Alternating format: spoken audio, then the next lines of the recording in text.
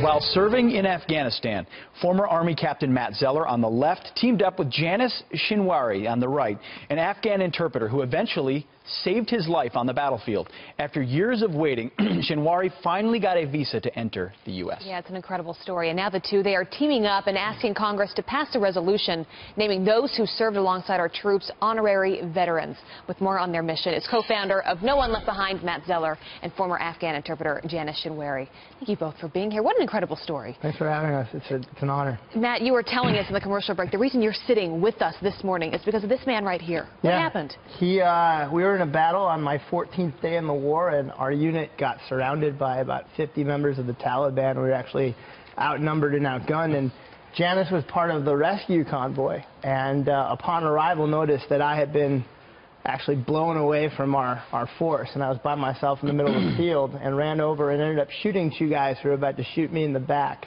I literally shouldn't be sitting here talking to you. The only reason I am is because of this guy right here. It's like out of a movie. What was going through your mind, Janice, in that moment?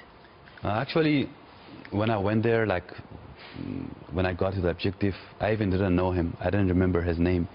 But the only thing I found that there is an American, he is in a kill zone, and I said, this is my responsibility to go and save this, his life. Janice, but I have to say, having been in not situations just like that, but similar ones, with interpreters are alongside us to translate is the traditional understanding, not necessarily pull triggers. So you were going way beyond the call of duty.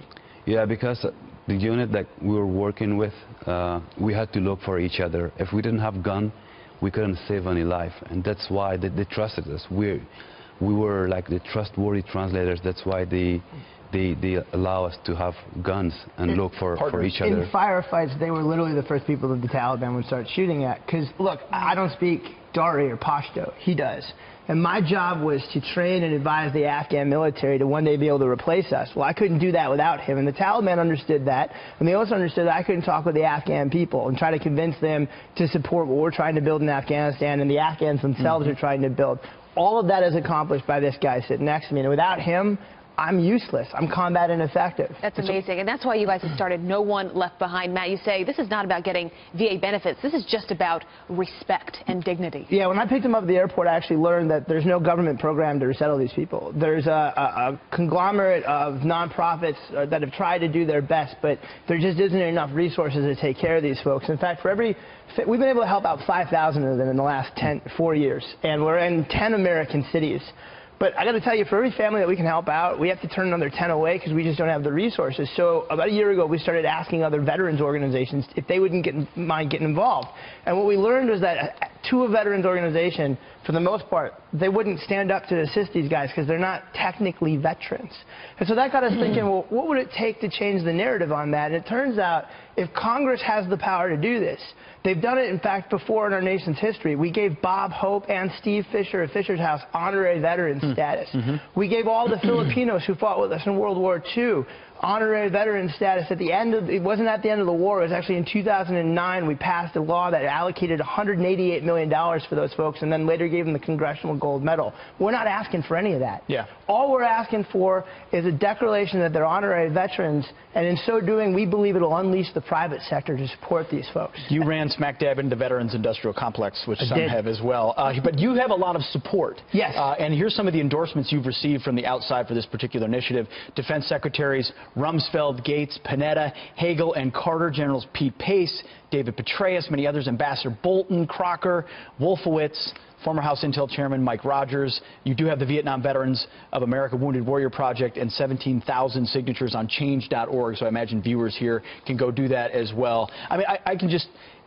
you can't really understand it fully unless you've been there and understand the partnership that is someone who's in their own country putting their lives on their line, and not just their lives, but the lives of their families and their communities who are oftentimes hunted down by the Taliban, and how reliant we are as full partners for them. So, I mean, those who have served really understand what this is about. And you know what? You're absolutely right. You know, you ask the people who serve with these people, and they'll tell you, to a man and woman, they're veterans. I mean, ask Alejandro Villanueva, Pittsburgh Steelers, #78, just helped us open up our new Pittsburgh chapter. He thinks they're veterans. Ask Dakota Meyer. Dakota wrote an op-ed a couple years ago with Bing West about the fact that these folks had stood shoulder to shoulder with us, and that the patriotic thing to do, the honorary thing to do, is to continue to stand shoulder to shoulder with them. You know, on that list, there's one name missing. I really hope we're going to get his support. I know he watches this show, so the president, Mr. President, your name should be on that list, and we need you. We're hoping he'll get this message, because we'd like him to stand with us and with our allies, and we think that so many veterans who believe in this, if they're watching, we need their support too. We need them to help us contact our members of Congress, because this is hopefully going to come up for a vote next week. All right, we're going to have to leave it right there. Matt, Janice, incredible story. Thank you for being with us. Thank you.